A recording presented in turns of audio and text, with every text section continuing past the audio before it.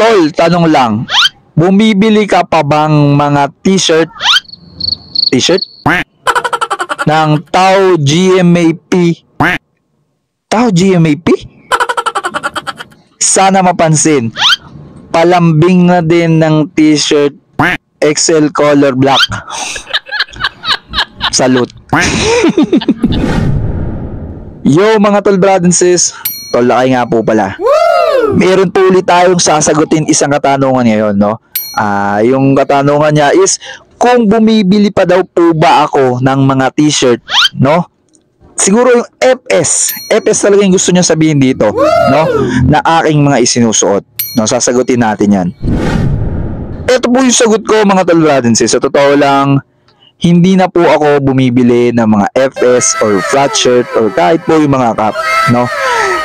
Kasi po kahit papano marami na pong sumusuporta sa akin, marami na pong naniniwala sa akin, kaya sobrang thankful po ako sa mga brad and sis na naniniwala sa akin na isuot ko yung mga flat shirt nila, i-promote ko yung mga flat shirt nila at yung mga cap nila.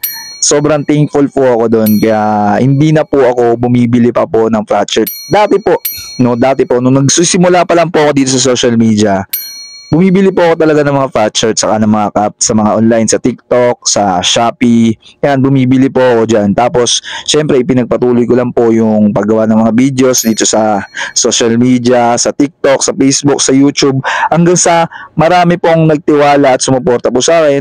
So, dumating na po ako sa punto na hindi ko na po kailangan pang bumili ng mga flat shirt, cap, at kung ano-ano pa pong kagamitan ng sumisimbolo sa kapatiran natin, no? Sobrang thankful po ako sa mga brad and sis na talagang sumuporta sa akin, no? Sana nasagot ko yung katanungan mo, tol, kung brad ka man, no?